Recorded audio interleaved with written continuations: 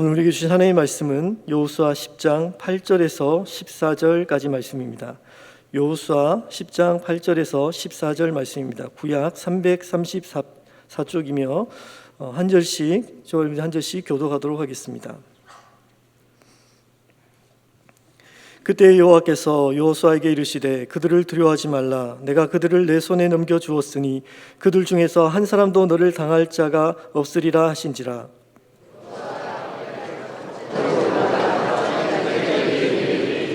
여호와께서 그들을 이스라엘 앞에서 패하게 하심으로 여호수아가 그들을 기브온에서 크게 살육하고 벳호른에 올라가는 비탈에서 추격하여 아세가와 막게다까지 이르니라.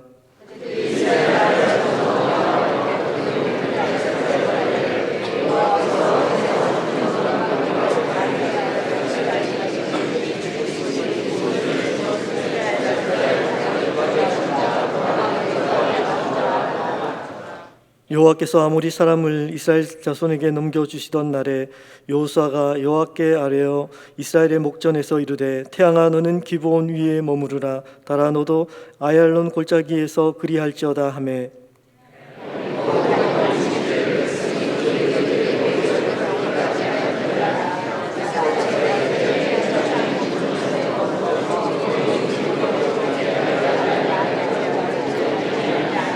같이 읽겠습니다.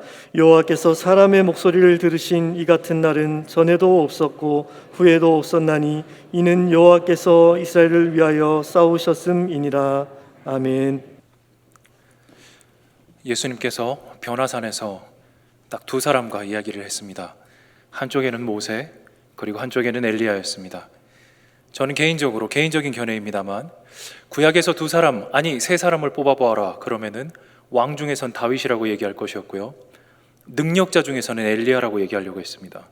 그리고 율법의 대표가 누구냐라 그러면 모세라고 얘기하려고 했습니다. 그 중에 예수님께서 특별히 모세와 엘리야 이 두 사람을 불렀는데요, 이 두 사람 정말 닮은 꼴이 많이 있습니다. 먼저 그냥 간단하게 이야기해서 이 두 사람 사명 감당 정말 잘했습니다. 엘리야부터 먼저 설명을 드리자면 아시다시피 바알과 아세라 선지자하고 850대 1로 서로 붙었던 적이 있습니다. 근데 그 남자의 패기를 보셨습니까? 전혀 주눅들지 않았습니다. 오히려 너희들의 신이 주무시나 보다, 더 해보아라 조롱하며 도발까지 하면서 850대 1로 자신 있게 상대했습니다. 그리고 여러분, 구약에서요, 죽었던 사람이 살아난다, 이거는 있을 수가 없는 일입니다. 아니 지금 이 시대에도 있을 수가 없는 일이었죠. 한 가지 예를 들면요, 다윗 같은 경우도 말입니다. 남의 아내를 취해서 그만 배가 불러서 애를 낳게 되지 않습니까?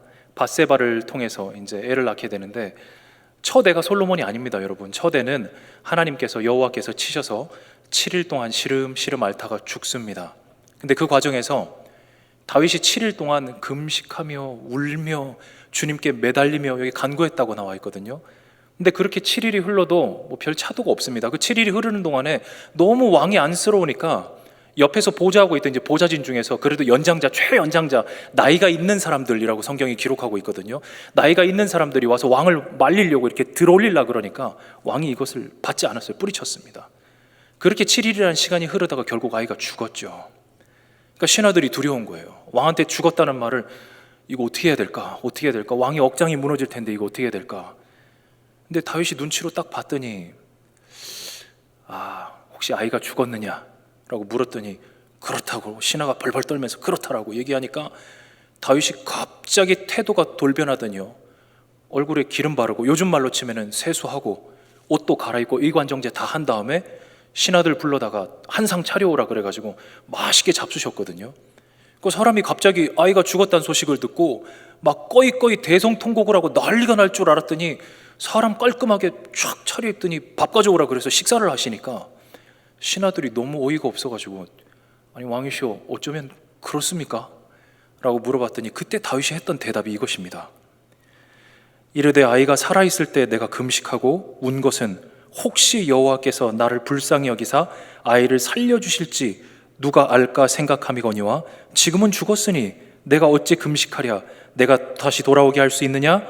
나는 그에게로 가려니와 그는 내게로 돌아오지 아니하리라. 그러니까 그 천하의 다윗의 믿음도, 그 구약시대 믿음도, 그 다윗도 살아있는 사람이 죽어서 죽은 자 곁으로 가는 법은 있어도 죽은 자가 살아서 다시 산 자 곁으로 오는 경우는 있다는 겁니까? 없다는 겁니까? 자기 사진은 없다는 거예요. 이미 죽어버렸는데 뭐 어쩌냐는 거예요. 성전에 가서 경배하고 얼굴에 기름 바르고 그냥 식사 맛있게 하셨습니다. 그게 다윗이 거기까지 한계였거든요. 제 아무리 하나님이라고 하더라도 죽은 자가 살아 돌아오는 법이 있을까? 이미 상황 끝난 겁니다. 자기 머릿속에서는. 그런데 그 구약의 그런 배경 속에서 죽은 자가 일어났던 적이 구약에 딱 2번 있습니다. 그 중에 하나가 엘리야를 통해서 역사했던 겁니다. 좌우지간 엘리야 사역 잘했습니다. 모세는 어떻습니까? 변화산 한편에 있었던 모세는 어떻습니까?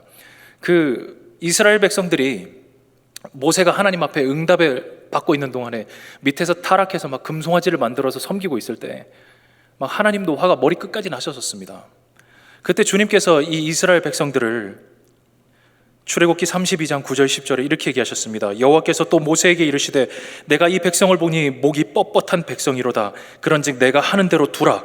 내가 그들에게 진노하여 그들을 진멸하고 너를 큰 나라가 되게 하리라. 뒤에 했던 말 있지 않습니까? 모세에게 너로 큰 나라가 되게 하리라. 우리 같으면요, 솔직히 여기서 이스라엘 백성들 싸고 돌아봤자 남는 거 있습니까? 하나님의 판단에 후회가 있습니까? 없습니까? 전혀 없습니다. 하나님은 인생이 아니시기 때문에 말을 번복하거나 시건하시는 법이 없습니다. 그럼 그냥 모르는 척하고 하나님이 진노 다 쏟을 때까지 그냥 뒷짐지고 있으면 자기 이름으로 나라 이름 만들어가지고 국호 하나 만들어서 새 출발하는 겁니다. 굳이 말린다고 남는 거 있겠습니까? 근데 거기서 모세가 이렇게 이야기를 했습니다. 출애굽기 32장 13절에 주의 종 아브라함과 이삭과 이스라엘을 기억하소서. 주께서 그들을 위하여 주를 가리켜 맹세하여 이르시기를 내가 너희의 자손을 하늘의 별처럼 많게 하고 내가 허락한 이 온 땅을 너희 자손에게 주어 영원한 기업이 되게 하리라 하셨나이다. 아브라함과 이스라엘과 이삭을 기억해 주시옵소서. 주님, 그 약속은 번지수 잘못 찾으셨지 않습니까? 제가 아니라 아브라함과 이삭과 야곱과 했던 약속 아닙니까? 그 상황에서 백성의 편에 서서 하나님과 둘 사이를 중재시킵니다. 그래서 이 모세의 노년에 그가 얻은 평가가 무엇이었습니까? 민수기 12장 3절 다 하시는 말씀이죠. 이 사람 모세는 온유함이 지면의 모든 사람보다 더하더라. 하나 더 첨언하자면요, 신명기 34장 10절에 그 후에 이스라엘의 모세와 같은 선지자가 일어나지 못하였나니 모세는 하나님께서 대면하여 아시던 자요. 하여튼 제 결론은요, 하여튼 모세든지 엘리야든지 정말로 사명 감당 잘했던 것 같습니다. 직분 감당 정말 잘했던 것 같습니다. 그리고 이 두 사람, 변화산에서 만난 이 두 사람에게는요, 사명 감당, 직분 감당 잘했다는 것 외에 또 하나의 특징이 있습니다. 둘 다 수제자가 있었습니다. 엘리야에게는 엘리사가 있었고요, 모세에게는 여호수아가 있었습니다. 이 후계자들은 어땠을까요? 여러분도 직장 생활 하시면서 또 교회 생활 하시면서 아시겠지만 앞선 사람이 먼저 너무 잘해놓고 갑니다. 그럼 그 다음에 그 바톤 이어받아서 하는 사람은 잘해봤자 본전이기 때문에 그 부담이 얼마나 충만하겠습니까? 그러니까 엘리야하고 모세가 잘한 만큼 이 후계자들이 떨림도 만만치 않았습니다. 스승님이 너무 잘했거든요. 그래서 그런지 그 엘리사도요, 마지막으로 이제 스승님과 요단강 건너고 딱 들어와가지고 둘이서 거닐면서 제자야, 이제 마지막으로 바라는 게 있으면 얘기해봐라 그랬더니 갑절의 영성을 요구하거든요. 성령의 역사하심이 내 안에 갑절이나 있기를 소망합니다. 그랬더니 야, 네가 참 어려운 걸 구한다. 이렇게 푸념 한번 하시고는 몇 마디 대화하다가 그냥 그 자리에서 하늘로부터 임하는 그 능력으로 그 자리에서 불말들과 불세례가 나타나더니 회오리 바람 속에 스승과 제자를 갈라놓고 그냥 스승님이 올라가 버립니다.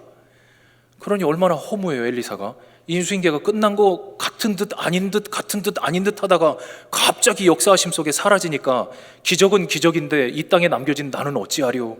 그래서 소리 지른 것이 엘리사가 보고 소리 지르되 내 아버지여 내 아버지여 이스라엘의 병과 마병이여 하더니 다시 보이지 아니하는지라. 여호수아는 어땠을까요? 여호수아도 많이 떨었습니다. 여호수아는 그냥 어디 성경에 딱 집어가지고요, 사시나무 떨듯이 떨었더라 뭐 이렇게 기록된 데는 없습니다만, 그러나 성경 66권 중에 전무후무하게 한 사람을 향해서 담대라는 단어를 이렇게 많이 반복시킨 사람도 여호수아밖에 없습니다. 제가 찾은 게 몇 군데가 되는데요, 신명기에 보시면은요 1장 38절 중에 너는 그를 담대하게 하라, 3장 28절 중에 그를 담대하게 하며, 또 잊을만 하면 뒤에 인수인계하러 갔을 때 이 31장 7절 중에 모세가 여호수아를 불러 온 이스라엘의 목전에서 그에게 이르되 너는 강하고 담대하라. 하나만 더 하겠습니다. 신명기 31장 23절 끝에 강하고 담대하라. 내가 너와 함께 하리라 하시니라. 담대. 여호수아 얘기가 나올 때마다 하나님이 강조하신 건 하나입니다. 담대. 모세에게도 명령하셨고 여호수아 자신에게도 주님께서 응답을 그렇게 주셨습니다. 신명기 끝나고 다음 책이 여호수아죠. 펼치자마자 1장에 담대란 말 4번 또 나옵니다. 그러니까 그냥 여호수아가 사시나무 떨듯이 떨었더라 이렇게 기록할 수는 없었지만 모르긴 몰라도 한 가지를 우리는 반증할 수 있습니다. 엄청나게 떨었을 겁니다. 적어도 확신하거나 자신하진 않았을 겁니다. 그 바람의 말입니다. 여호수아가 그 떨리는 맛에 이 엘리사와 여호수아에게도 공통점이 있는데요, 둘 다 그렇게 떨고 있는 와중에 요단강 한 번씩 건넜습니다. 엘리사는 그렇게 하고 올라가 버린 스승님 하늘만 쳐다보고 있다가 팔랑팔랑 떨어지는 그 겉옷자락 하나 붙들고 엘리야의 하나님은 어디 계십니까? 하고 다시 건너왔던 강가를 치니까 자기 스승님 하듯이 똑같이 강이 갈라지죠. 그리고 마른 땅을 건너듯이 건너 들어옵니다.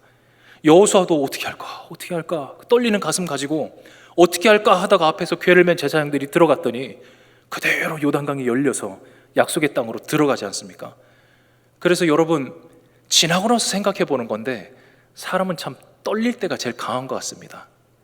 그래서 저도 혹시 지금 제 얼굴이 떠는 것처럼 보이십니까? 예, 제가 카메라 앞에서 설교하는 거 지금 3번째인데요, 아직도 진정이 안 됩니다, 여러분. 그래도 주신 인사이트는 살아있으니 대사는 버벅거려도 전해지는 은혜는 동일할 줄로 믿습니다. 감사합니다. 어디까지 했죠? 여호수아가 그렇게 약속의 땅을 밟고 들어갔을 때 가장 처음으로 기다렸던 성읍이 하필이면 가나안 7족속을 상대하는 중에 가장 쓰러뜨리기 어려운 곳이었습니다. 근데 아이러니한 것은 가장 연약할 때 그걸 상대해야만 했었다는 거죠. 그렇기 때문에 그는 철저히 순종했습니다. 왜냐고 묻지도 않았습니다. 수많은 자기가 겪어왔던 훈련의 세월들을 벗삼아 떨리는 그 마음을 가지고 주님을 붙드는 힘의 원동력으로 삼았습니다. 그래서 그의 연약함이 더 깊은 하나님을 만나는 통로가 되었습니다. 그렇게 해서 그 하나님 붙들고 연약함 속에 강함으로 여리고성을 쳐부수는 데 성공했습니다. 여러분, 이 연약함이라는 거 참 중요합니다. 사도 바울도요 자기 몸 안에 그 연약함 가시가 있어서 주님, 이것 좀 뽑아주시면 제가 목회 더 잘할 것 같습니다. 3번을 간구했다고 합니다. 기도가 아니라 간구라고 얘기했습니다. 여러분, 간구 아시죠? 간이 저리게 기도하는 기도라며요. 간이 저리도록 구했습니다. 이거 떠나면은 저 목회 사도 생활 더 잘할 수 있을 것 같습니다. 주님이 반응하지 않습니다. 근데 그 연약함이 강함된다는 것을 알게 되었죠. 여러분, 제가 재미있는 일화를 알고 있는데요, 사도 바울에 대해서 그래도 조금 권위 있는 학자가 되시는 교수님께서 하시는 수업에 제가 한번 참관하러 들어갔었는데요, 거기에는 많은 여전도사님들도 많이 와 있었습니다. 특히 결혼하지 않은 미혼의 여전도사님들도 많이 와서 그 세미나를 들었는데요, 대뜸 들어오시자마자 첫 시간에 이렇게 얘기하시더라고요. 자, 내가 찾는 남편이 사도 바울과 같은 남자라면 좋겠습니까? 사도 바울과 같은 남자와 결혼하고 싶은 전사님 손 들어보세요. 그랬더니 당연히 여전도사님들이 당연히 땡큐 아니겠습니까? 다 손을 번쩍 들었어요. 대충 제가 그때 기억으로 한 20명 정도 손을 들으셨던 것 같아요. 20명 정도. 예, 모여있던 여전사님 거의 다 들으신 것 같아요. 그러면서 교수님이 계속해서 말을 이어갑니다. 그러면 지금부터 제가 설명을 드릴 테니 그 마음 변하지 않는다면 그 손 계속 들고 계시면 됩니다 하고 이제 사도 바울에 대해서 설명을 하시더라고요. 지금부터 드리는 설명은 학계에서 가장 유력한 학설 위에 세워진 모습입니다. 자, 말씀드리겠습니다. 자, 사도 바울은 키가 160이 안 됐습니다. 여기서 맞아요. 웃으시죠? 예, 거기서 반이 떨어져 나갔어요. 그냥 손을 내리더라고요. 예, 그리고 눈썹이 맞닿아서 일자 눈썹에 매부리 코입니다. 예, 계속하겠습니다. 그리고 곱주는 하지만 살짝 굽은 허리를 갖고 있어서 꾸부정한 자세를 유지하고 있답니다. 그리고 이제 이걸 해야 되나?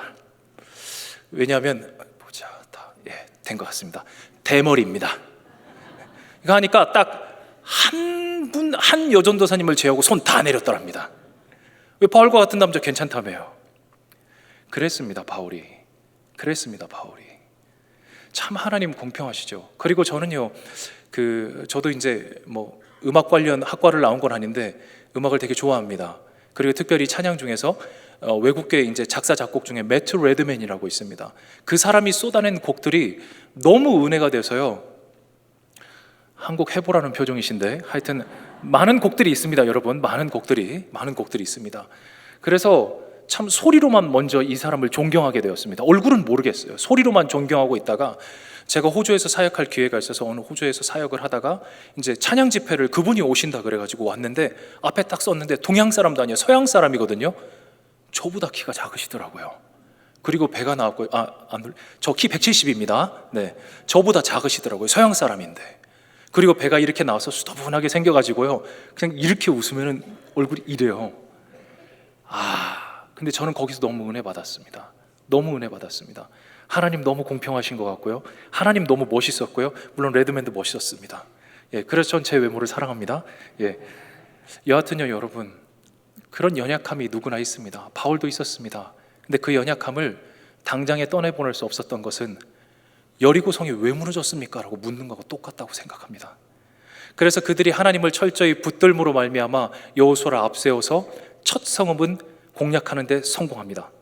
근데 이제 사람이라는 것이 아시다시피 40년을 훈련한다는들 마귀의 유혹이 쉽게 사라집니까? 다시 마음속에서 싹터 올라오는 것이 있습니다. 이 교만이라는 게 쓱 올라옵니다.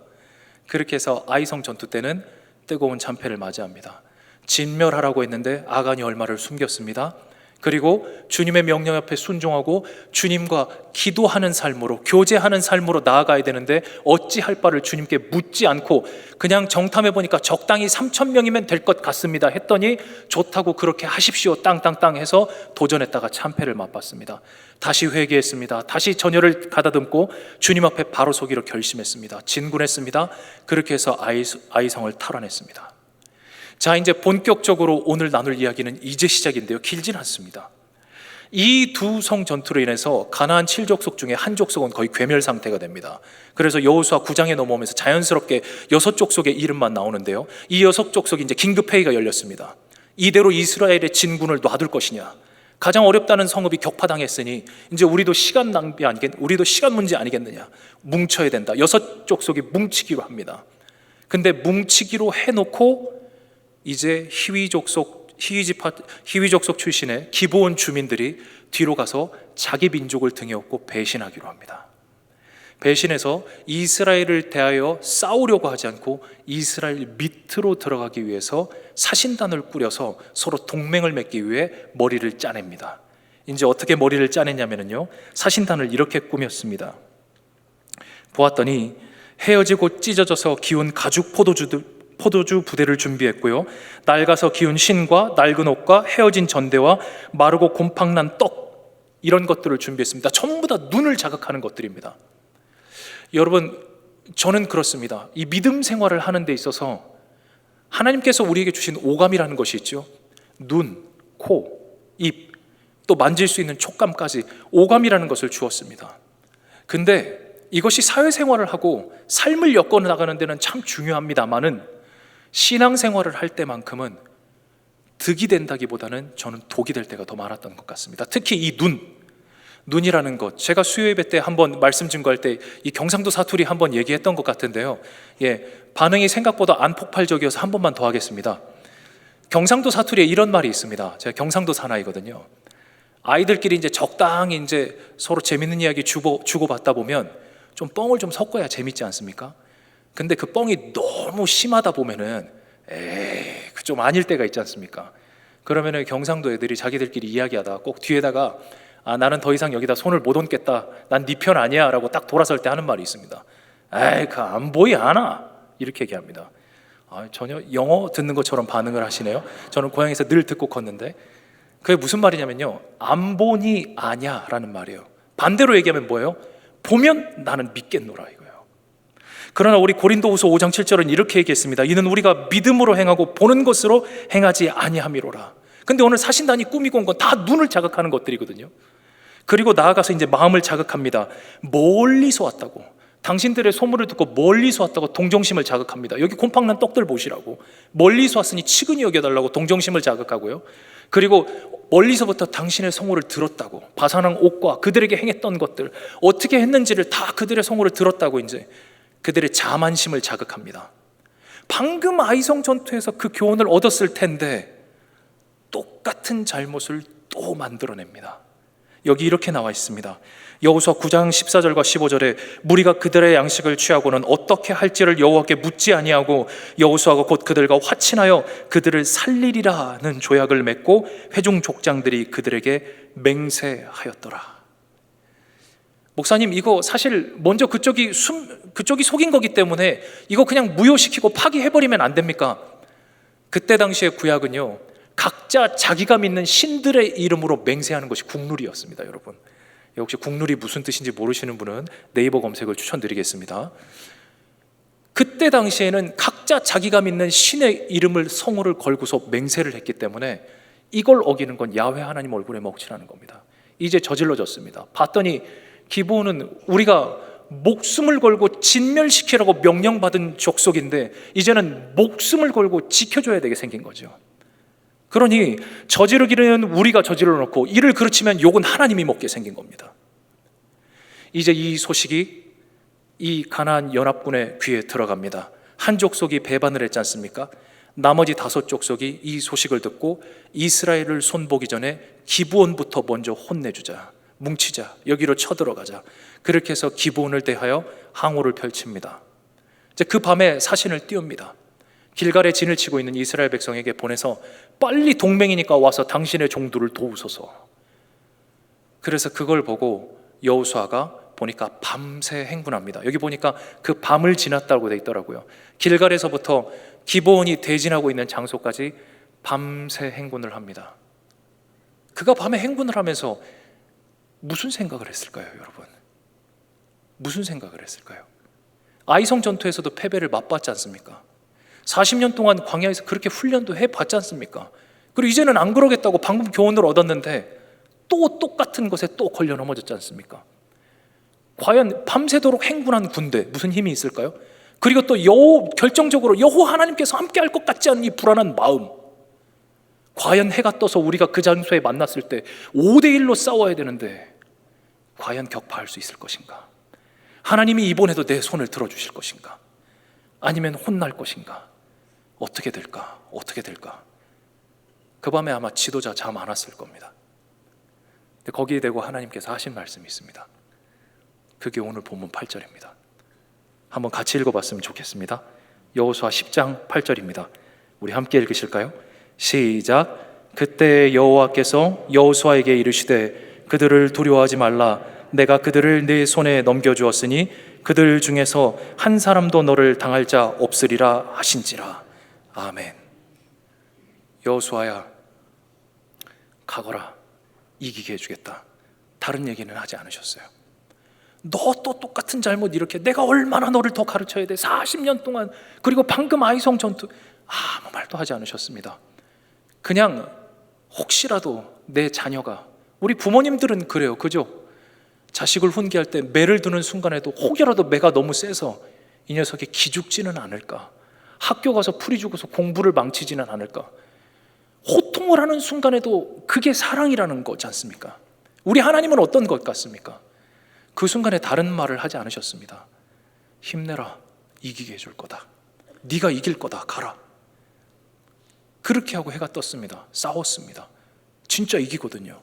마치 어린아이가 뭐 잘못해가지고 꽂아 놓은 보리짝처럼 부모 눈치 이렇게 싹싹 보고 있을 때 더 깊은 속을 부모가 먼저 헤아리고 이놈아 그럴 수도 있지, 다시 한번 잘해보자 라고 어깨 툭 칠 때 그냥 신나가지고 부모 품에서 뛰노는 아이처럼 싸워보니까 진짜 이기거든요.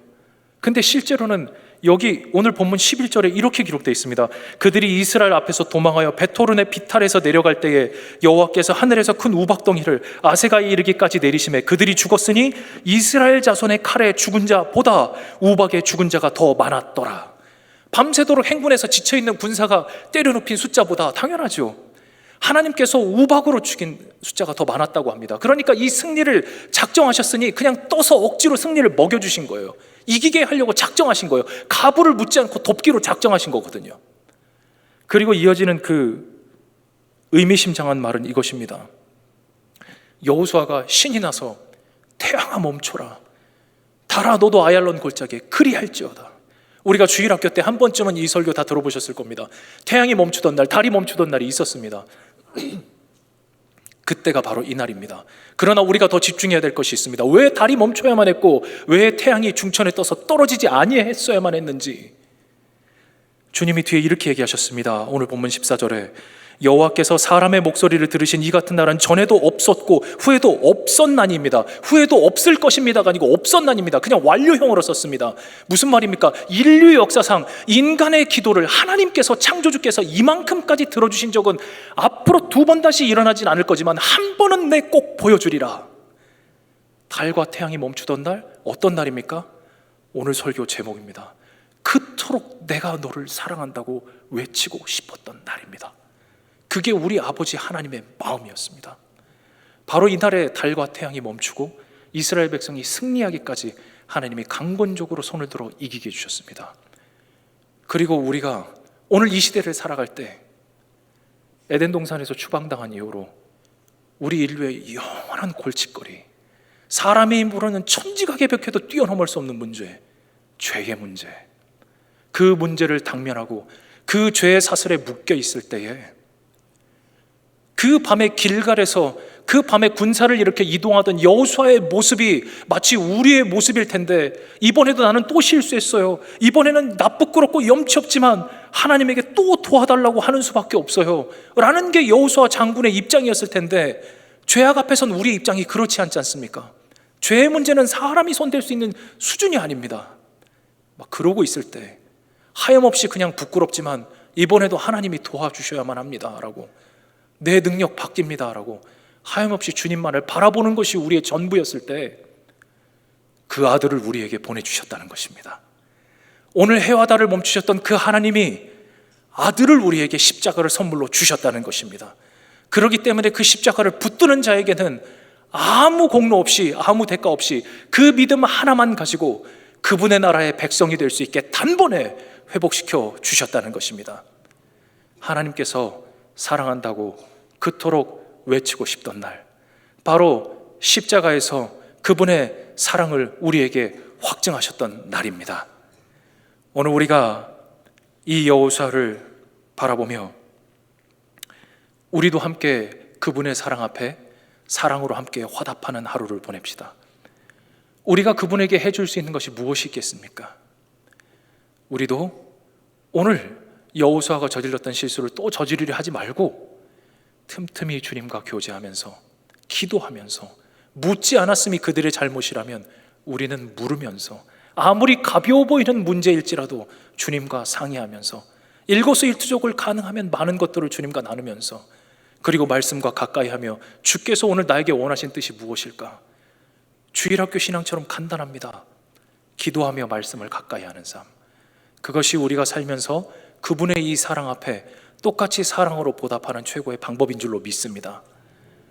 그렇게 하루를 엮어가시며 사랑의 교제를, 하나님과의 사랑의 교제를, 이 한 번 살다가는 인생의 드라마를 멋지게 만들어내시는 꽃동산의 모든 교우들 되시기를 주님의 이름 안에서 축복합니다. 기도하겠습니다. 살아서 역사하시는 아버지 하나님, 주님의 위대하심을 볼수록 우리의 연약함을 더 발견합니다. 아버지 하나님의 사랑이 지날수록 우리의 보잘것없음을 더 발견합니다.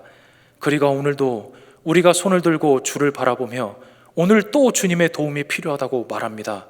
주님은 마다하지 않으시고 다가오셔서 그 손 내밀어 주셨고, 부끄러움 속에 아무 말도 못한 우리들에게 달과 태양을 멈추시며 또 그 아들 십자가를 선물로 우리에게 주셨습니다.